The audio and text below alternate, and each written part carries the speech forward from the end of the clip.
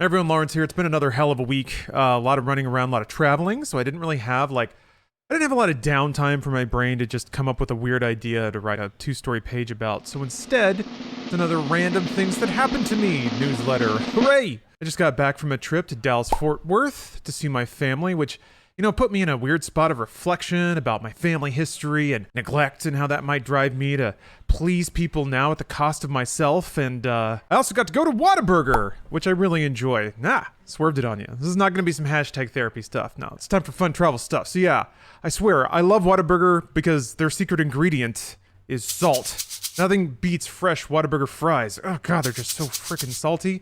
And the spicy ketchup, it's good stuff. So I try to make it a point to go there if I'm ever back in the Texas area. Weird store though. Weird experience. Some guy went in there, asked for an application. Then his buddy rolled in and he was like yelling at him for not putting the car in park before getting out. And then the guy just started smoking a Black and Mild like right inside the Whataburger. On the way out though, he offered me a 30% discount because I guess he was the manager at Dairy Queen. I didn't really have the heart to tell him that I was already going to be busy the next day, but if I'm back in the area, maybe he'll remember me and I'll get some ice cream, get some soft serve at a discount. So making connections, that's what it's all about. They also, this is kind of weird, they put double bacon on my burger but left it completely out of my taquito. So I'm going to review it. I'm going to say burger 5 stars. Taquito 2 stars though. Could have used more bacon. I also went to this diner in a strip mall and got fried catfish with, and this is important, eggs. So I went to this place when I was like a teenager and I didn't remember the name of it, but I always remembered that they spelled eggs A-I-G-S. And their menu was different back then, but it's since spread. There's a lot of interesting spellings across that menu, but it was really good. Catfish it's a bottom feeder and it's not very good on its own, but if you bread it and fry it and then drench it in sauce, it's pretty good. So I think they made their own tartar sauce. It was delicious. The fry coat was amazing. So A+ all around. I'm also finding that just fried fish and eggs are just a really, really good breakfast pairing. It's just something about all those lean proteins. You get that crunch and a little bit of oil. It's so good. And then coffee just cuts through all of it. It's a pretty top tier breakfast pairing, and I'm going to look into that more. I got to feed krill to some very enthusiastic stingrays. There was this aquatic experience inside of Ridgemar Mall. They nuzzled me with their weird little nose bloopers, the little flappy flaps, and they smacked their little flappy wings against the side of the tank and made water splash out. They were activated, these little guys. I really liked it. I mean, it was awesome, but I gotta admit it was vaguely terrifying since I've never really seen an eldritch terror that's just that amped before. Oh, they would glom onto your finger. I got to shove one with my thumb. And they had little whisker mouths. I don't know. It was cute, but also very gross. Otters, on the other hand, cute as hell. Steph and I got to feed them little shrimp nuggets, and it was absolutely transcendent. We're all grabbing with their little grabby hands and doing their little otter squeaks. Oh, I also got the coolest shirt I've ever seen in the gift shop. Hold on a second. Bang. Look at that. It's a wizard cat. There's wisdom and sadness in their eyes. Little wizard cat. Why was this in the gift shop? I don't know. I had to get it though. On the same trip, Steph and I got to go to a couple of tiki bars. One of them, the Tarantula Tiki Lounge in downtown Fort Worth, was pretty awesome because they were showing Baywatch on the bar TV, and I think I'm hooked on Baywatch now. I had no idea it was such just a trash drama. I watched the first episode last night, and it's already got a custody battle and a deranged stalker. I'm pretty much sold at this point.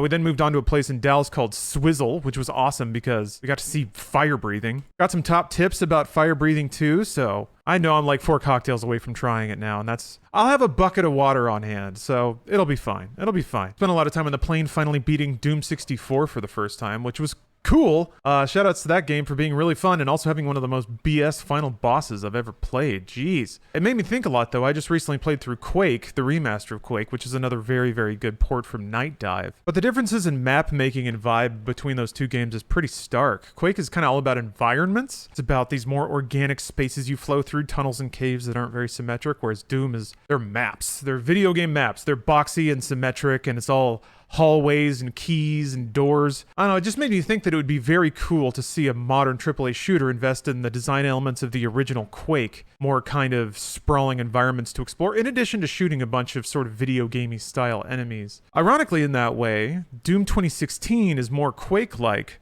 whereas Doom Eternal is way, way, way more Doom-like. Really, I guess in the middle of it all, I just kind of hope id Software is making a new version of Quake, like Quake 1 New Quake, but anything they want to make, I'll be good to play. But I do have to shut out games like Dusk and Medieval that are versions of that environmental sort of first-person shooter that are out right now. So there's no need to wait around for a game when one's already there, or many are already there. I also got the full clear on Hades too, which feels really good. Speaking of video games, here's what's coming up on the stream this week. Today's Sunday, but it's unlikely this video is going to post that day. But anyway, I'm going to be, it's our raid night again in Final Fantasy XIV, so I'm going to be trying to take down Phoenix again. And then also checking out the release of Bright Memory Infinite for the Xbox Series X and PlayStation 5. It's basically first-person Devil May Cry, and it rules. It's the coolest, so I'm excited to see what it looks like on console. And then on Monday, I actually have an earlier code for Saints Row, so I'll be excited to play that. To be your own boss. All right, moving on Tuesday, I'm going to check out Midnight Fight Express, which looked really cool, kind of reminded me of Sifu, which I think is pretty obvious, but I'm a big fan of 3D melee action games, so it's good to see them coming back like this. Now, Wednesday is actually a new patch for Final Fantasy XIV, so I'm going to be playing that again because they're adding a farm! You can have your own farm on this picturesque island, which is what we all want, right? The illusion of real estate ownership, so I'm excited to dive into that. Plant some potatoes? I could just farm potatoes. They don't even have to be real, just digi-potatoes. Potatoes in any capacity make me happy, and I want to be around them. And also, this is the biggest news of all. In my playthrough of the Ace Combat series, I'm finally up to Ace Combat Assault Horizon. I had to see a guy in the seedier corners of the internet to get a code for it because it's been delisted from every store, and it's not backwards compatible either. But I did it. And it'll be worth it, because this game has nu metal with symphony backing. It's got one of the wildest soundtracks out there, and it has ADS on a plane. Like, you can pull to iron sights. It's the coolest thing in the world, and I don't understand why nobody loves this game more. Camera's shaking all over the place. Shit flying everywhere. This is real entertainment. Thursday, finally picking up the DLC in Fallout New Vegas, playing through the first one, which I can't remember the name of it. But I'm in Spooky Town, and I'm excited to continue exploring. And then Friday, Star Wars, the new droid army, my playthrough of games based exclusively on the prequel films, is chugging right along at maximum speed.